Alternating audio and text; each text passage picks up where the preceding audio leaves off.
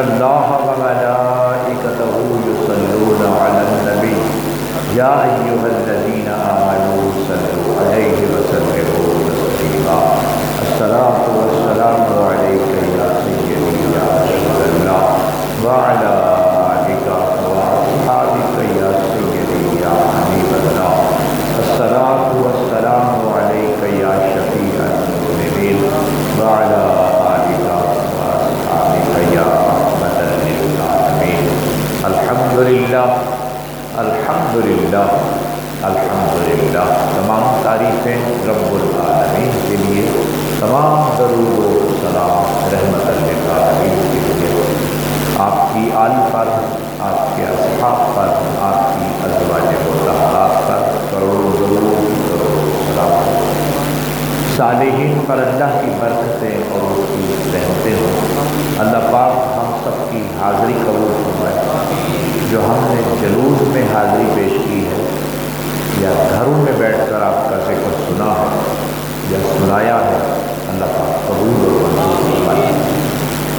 خوشی کا موقع ہے، خوشی کے دن ہے، خوشی کی راتیں ہیں، اس سے زیادہ خوشی کوئی اور ہو ہی نہیں سکتی۔ یہ صرف اور صرف عقیدت کی بات نہیں، محبت میں بھی بندہ کہتا ہے یہ حقیقت ہے کہ رسول پاک صلی اللہ علیہ وآلہ وسلم کی آمد پاک سب سے بڑی خوشی ہے۔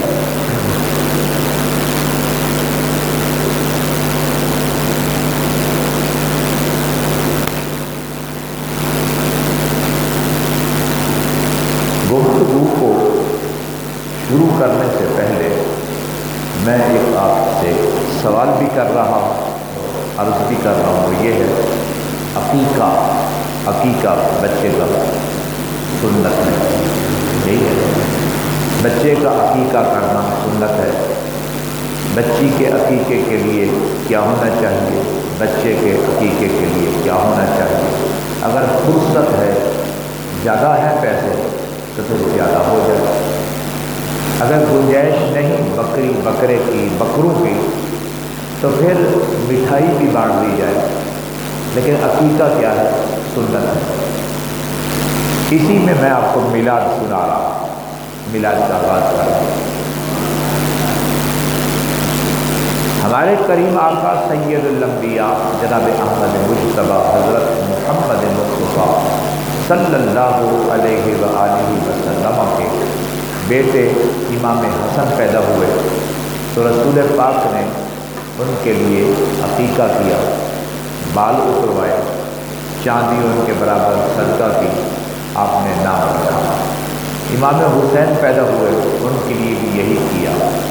تو یہ آپ کے وجود مقدس سے جو عمل شروع ہوا یہ عقیقہ کہلواتا ہے، یہ سنت ہے عقیقہ، ہم سب اپنے بچوں کے لیے کرتے ہیں۔ عرض ہے میلاد کے حوالے سے، اس بات کو غور سے سنیں کہ رسول پاک نے فرمایا اپنی چچی جان سے، جن کا نام تھا جناب ام فضل، کنیت تھی، کنیت سے مشہور تھی، شہرت تھی، حضرت عباس کی بیوی تھی، فضل نام تھا ان کے بیٹے کا، ان سے ان کی کنیت تھی۔ آپ نے فرمایا کہ چچی جان کہ میری بیٹی کا خیال رکھنا، دھیان کرنا کہ میری بیٹی کے یہاں بیٹا پیدا ہونے والا ہے، بچہ پیدا ہونے والا ہے، تو جب پیدا ہو تو مجھے اطلاع کر دینا۔ جب پیدا ہوئے امام حسن تو آپ کو بتایا، آپ گھر میں تشریف لے گئے، جناب امام حسن کو اٹھایا، آپ نے امام حسن کے کان میں اذان پڑھی، آپ نے گھوٹی لگائی، پھر آپ نے حضرت علی سے پوچھا کہ علی اس کا کیا نام رکھا ہے یا کیا نام رکھنے کا ارادہ رکھتے ہو؟ تو آگے سے حضرت علی نے عرض کی کہ ہم آپ سے پہلے تو کوئی نام نہیں نہ رکھ سکتے۔ آپ نے نام رکھا، پھر 7ویں دن یا 11ویں دن بال اتروائے، پھر بال کے برابر چاندی صدقہ کی، جو رسول پاک نے بھی کیا۔ تو یہ سارا کچھ جو آپ نے کیا ہے یہ ایسے ہی امام علی مقام امام حسین کے لیے کیا، امام حسن امام حسین کے لیے کیا۔ اب حضور بات جو میلاد کی ہو رہی ہے وہ یہ ہے کہ کیا یہ میلاد نہیں ہے؟ یہ میلاد نہیں ہے۔ بچہ پیدا ہو تو مجھے بتانا، جب بچہ پیدا ہو گیا تو آپ تشریف لے گئے، نام رکھا، گٹی لگائی، یہ میلاد ہی ہے نا۔ میلاد کا معنی کیا ہے؟ میلاد کسے کہتے ہیں؟ بھائی بچہ جو پیدا ہوتا ہے اس کا تذکرہ کرنا، اس کی بات کرنا، اس کی والدہ کی بات کرنا، اس کے والد کی بات کرنا، یہی تو میلاد ہے۔ تو جب ہم تو یہ پوچھتے پھرتے ہیں نا فیصل بھائی، یہ ہم پوچھ رہے ہیں کہ میلاد صحابہ نے منایا تھا، صحابہ نے میلاد منایا تھا، تو یار صحابہ کے میلاد منانے کی تو بہت ساری دلیلیں ہیں۔ تو جب رسول اللہ اپنے نواسوں کا میلاد کر رہے ہیں، میلاد منا رہے ہیں، تذکرہ کر رہے ہیں، تو پھر رسول اللہ کا کیوں نہیں؟ جب نواسوں کی بات ہو رہی ہے، تذکرہ ہو رہا ہے، تو پھر رسول پاک کا کیوں نہیں؟ تو رسول پاک کا بھی مکمل طور پر اہتمام کے ساتھ، شان کے ساتھ اللہ کریم نے آدم علیہ السلام سے ہی گفتگو کا آغاز شروع کر دیا تھا۔ بات ہوتی رہی، بات یہ چلتی رہی ہے، اور رسول پاک نے بھی اپنے میلاد کے حوالے سے ارشاد فرمایا۔ یہ میرا سب قابل توجہ بات ہے۔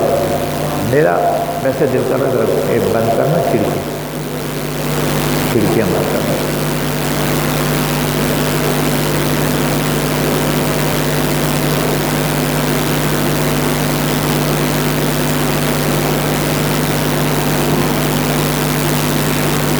آپ پیر کو روزہ رکھتے تھے، مشہور بات ہے نا، وہ مشہور حدیث شریف ہے نا، آپ پیر کو روزہ رکھتے تھے۔ جس وقت آپ سے پوچھا گیا کہ اے اللہ کے رسول، اے ہمارے کریم آقا، آپ پیر کو روزہ کیوں رکھتے ہیں؟ تو آپ نے کیا ارشاد فرمایا؟ آپ نے فرمایا کہ اس دن میری ولادت ہوئی۔ مطلب صاحب میں یہ بیٹھ کے سوچ رہا تھا، اللہ کریم نے مجھے اس حدیث پاک کا فیض عطا کیا ہے، میں وہ آج آپ کو سنا رہا ہوں۔ تو یہ ابھی کی بات ہے، تازی بات ہے، یعنی پہلی مرتبہ میں اس کی وضاحت کر رہا ہوں۔ آپ نے فرمایا کہ پیر کے دن میری ولادت ہوئی اور پیر کے دن میری بعثت ہوئی، یعنی پیر کے دن مجھ پر وحی نازل ہوئی۔ میں پیر کا روزہ اس لیے رکھتا ہوں کہ پیر کو میری ولادت ہوئی اور پیر کے دن مجھ پر وحی نازل ہوئی، تو ولادت کے دن کو ہی اللہ نے منتخب کیا، نہیں ہو رہا، یعنی وحی کے لیے، وحی الہی کے لیے، پہلی وحی کے لیے اللہ نے جس دن کو منتخب کیا وہ ولادت باسعادت کا دن ہی تھا۔ پھر آپ نے بعثت کو ولادت کے جملے کے ساتھ جوڑ دیا۔ تیسرا فقرہ یہ ہے کہ جس دن قرآن نازل ہوا نا، وہ دن، وہ رات لیلۃ القدر کی رات ہے۔ ایسے ہی ہے نا، ہم نے قرآن کو نازل کیا، لیلۃ القدر میں نازل کیا، جو اس بات کی دلیل ہے کہ وہ جو دن لیلۃ القدر کا بنا تھا، جو وحی الہی کے لیے دن منتخب ہوا تھا، وہی دن ولادت باسعادت کا دن تھا۔ یہی ہے نا، وہ ولادت باسعادت کا دن تھا۔ ابھی آپ بتائیں کیا خیال ہے، پھر ولادت کا تذکرہ ہونا چاہیے کہ نہیں؟ ولادت کا تذکرہ ہونا چاہیے کہ ضرورت نہیں؟ یہ جمعے میں گفتگو بھی تھی، اور آج کیونکہ مناسبت یہی ہے تو اسی حوالے سے تذکرہ ہوگا۔ موسیٰ علیہ السلام کا،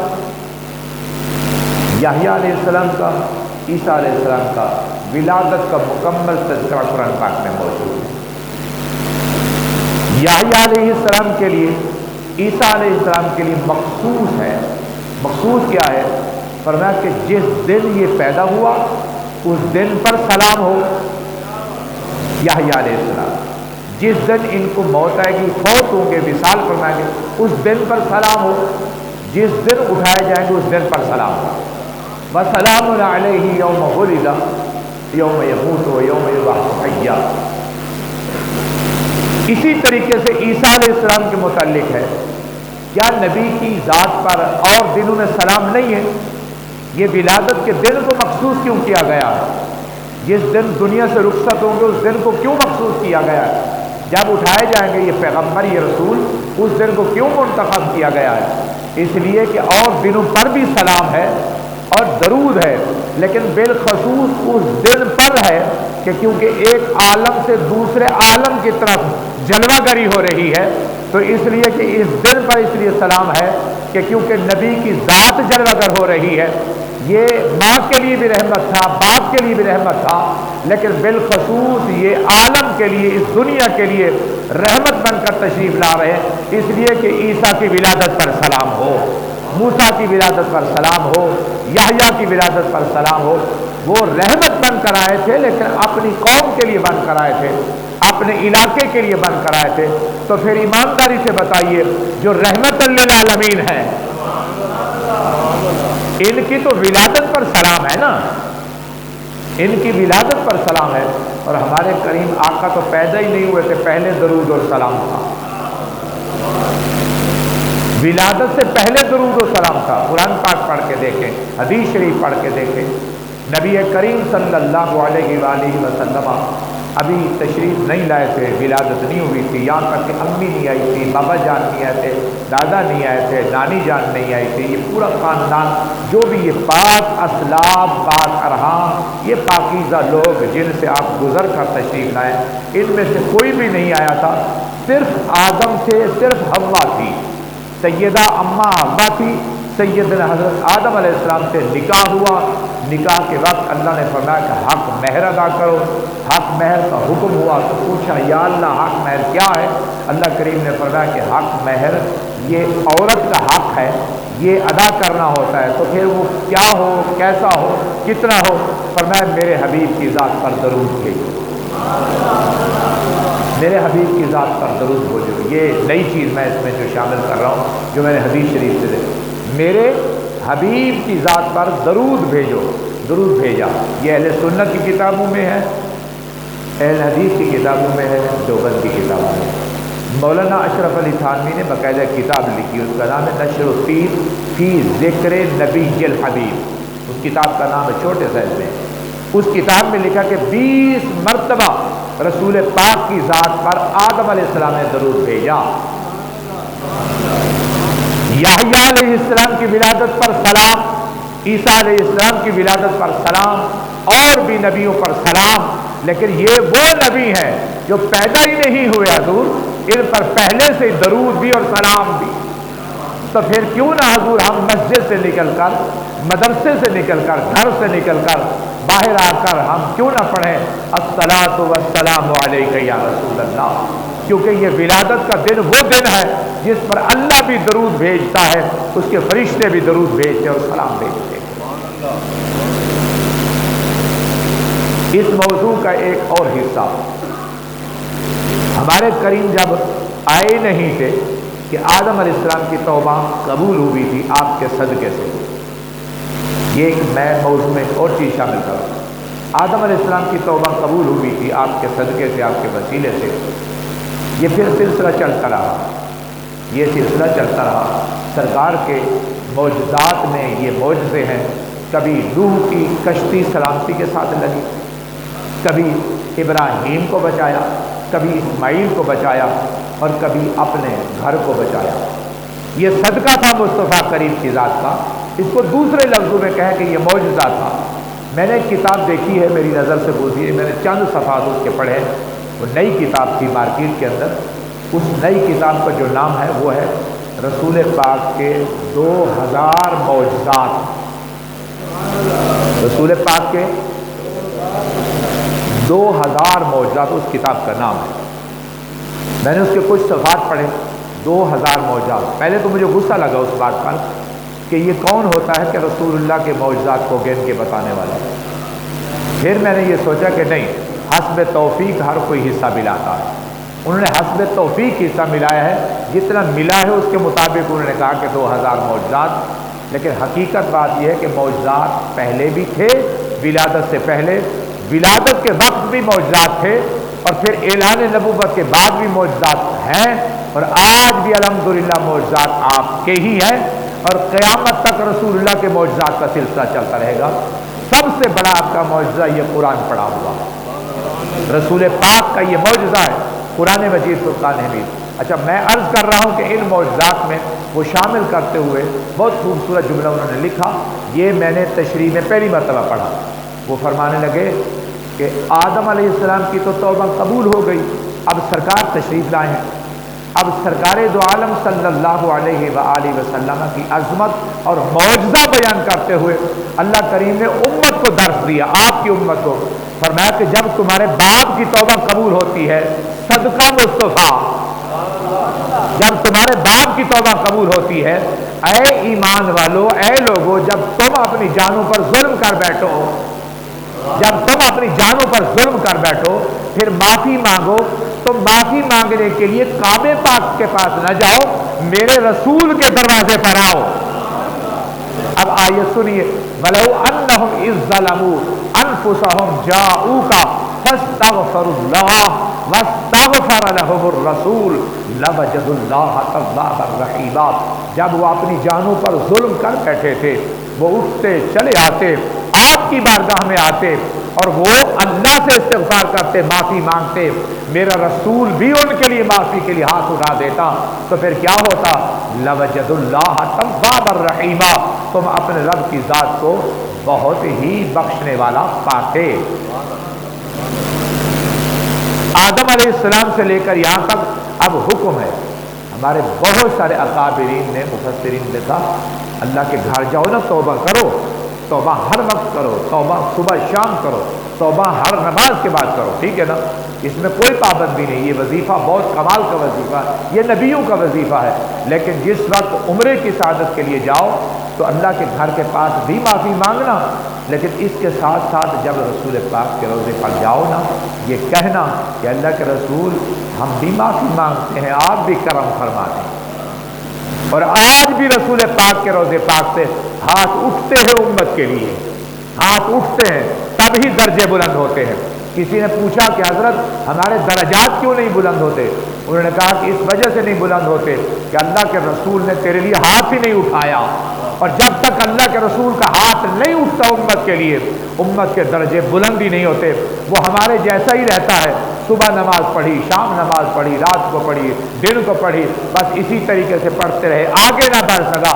آگے وہ بڑھتا ہے جو رسول اللہ سے محبت کرتا ہے، رسول اللہ اس کے لیے ہاتھ اٹھا دیتے ہیں، تعلق ہوتا ہے، واسطہ ہوتا ہے، ضبط ہوتا ہے۔ نبی کریم تکبیر، نعرہ رسالت، نعرہ تحقیق، نعرہ حیدری، نعرہ غوثیہ، جشن عید میلاد النبی، عظمت و شان علماء۔ حضور قرآن مجید فرقان حمید کی اب آیات سماعت فرمائیں جو میں نے تلاوت کی ہے۔ سورہ بلد ہے، اور آج بھی میں نے نماز کسی مسجد میں پڑھائی تھی تو میں نے وہاں پر بھی صبح کی نماز میں سورہ بلد کی تلاوت کی، اور اگر میں یہاں صبح کی نماز پڑھاتا تو میں سورہ فجر اور سورہ بلد کی ہی تلاوت کرتا۔ سورہ بلد کی تلاوت کی ہے، اس کی ابتدائی 3 آیتیں پڑھی ہیں، لا اقسم بہذا البلد وانت حل بہذا البلد۔ اس کا جو آسان ترجمہ ہے وہ یہ ہے کہ ہم قسم اٹھاتے ہیں اس شہر کی، اس لیے کہ آپ اس میں ہیں۔ درود پاک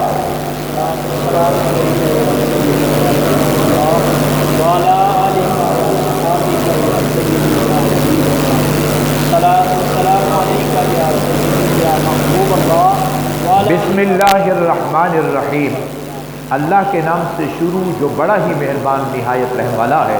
لا اقسم بہذا البلد، ہم ویسے قسم نہیں اٹھاتے لیکن ہم اس شہر کی قسم اٹھانے لگے ہیں۔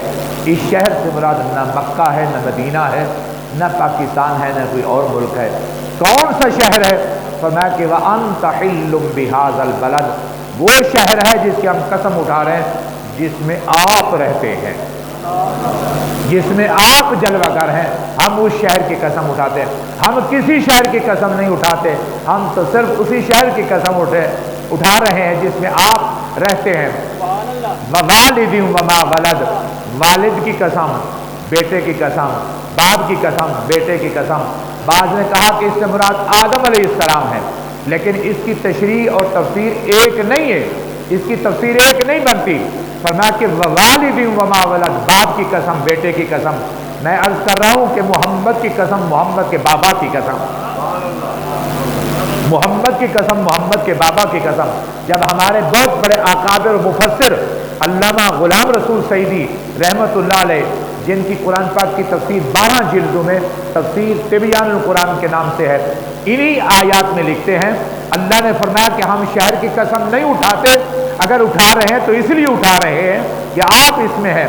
علامہ صاحب آگے گفتگو فرماتے ہوئے ارشاد فرماتے ہیں لہذا جہاں اللہ کا رسول ہے اللہ اس کی قسم اٹھا رہا ہے، اس لیے اٹھا رہا ہے کہ اللہ کا رسول اس میں ہے، یعنی اگر صحابی کی گود میں ہے تو صحابی کی قسم ہے، اگر صحابی کے ساتھ ٹیک لگائی ہے تو صحابی کی قسم ہے، صحابہ کے کندھوں پر سوار ہوئے تو صحابہ کی قسم ہے، صحابہ کو کندھوں پہ سوار کیا تو ان کی قسم ہے، اگر عشاقان مصطفیٰ کے دل میں آپ کی محبت ہے تو پھر عشاقان مصطفیٰ کے دل کی قسم ہے، شہر میں رہے تو شہر کی قسم ہے، گلیوں سے گزرے تو گلیوں کی قسم ہے۔